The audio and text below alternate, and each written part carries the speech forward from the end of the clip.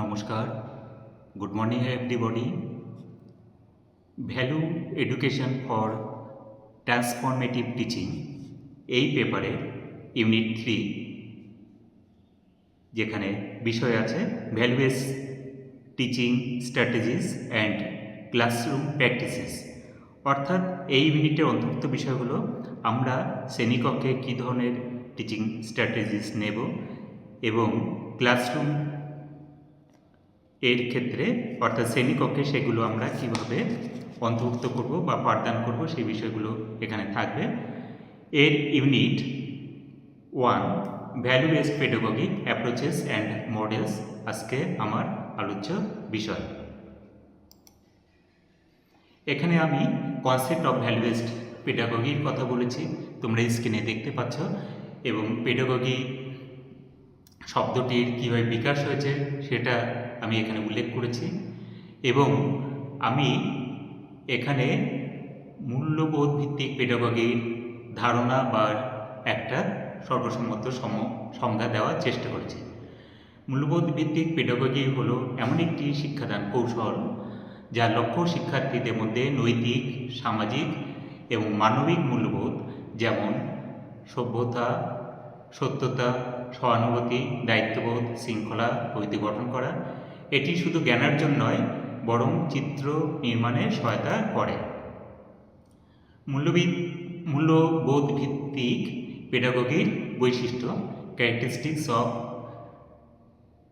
Value based pedagogy.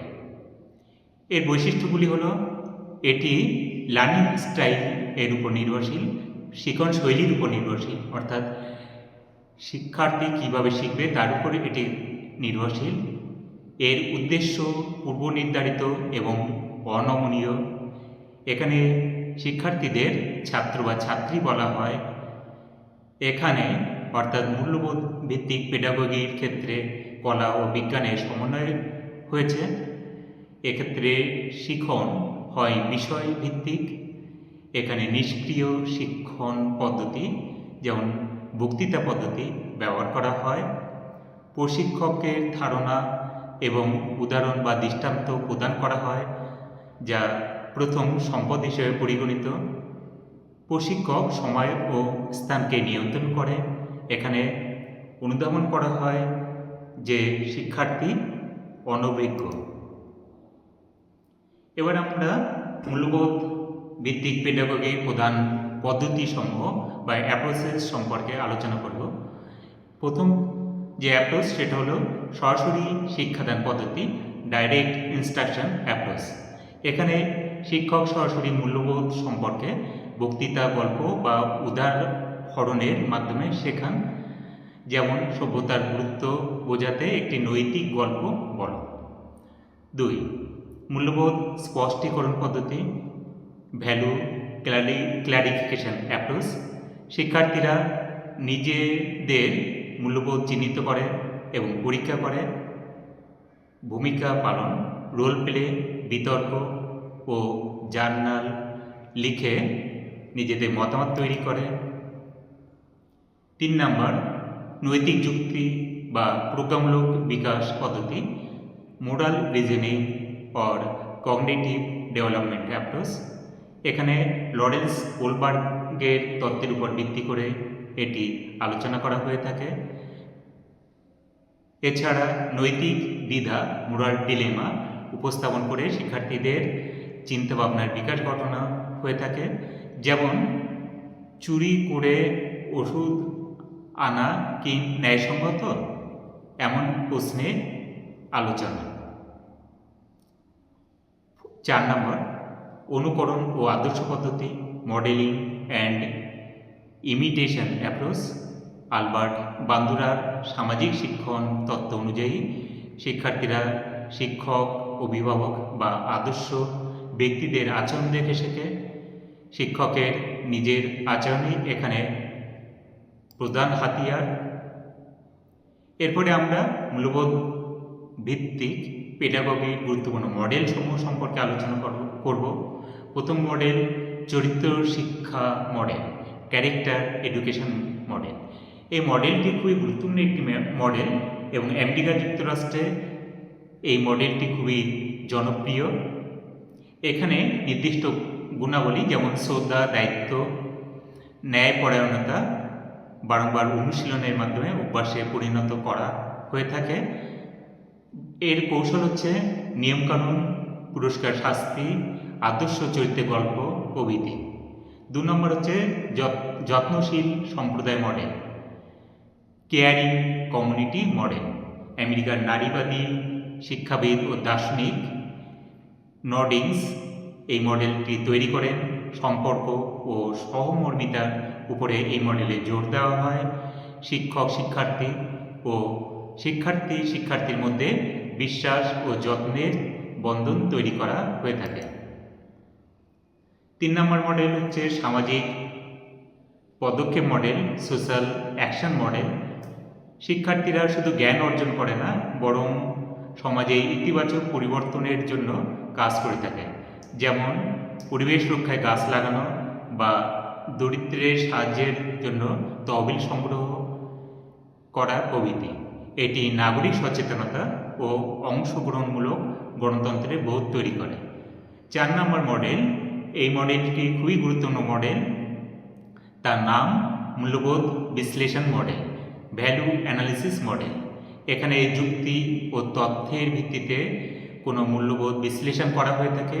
শিক্ষার্থীদের শেখানো হয় কিভাবে সামাজিক ও নৈতিক সমস্যায় তথ্য সংগ্রহ করে যুক্তিসম্মত সিদ্ধান্ত নিতে হয়।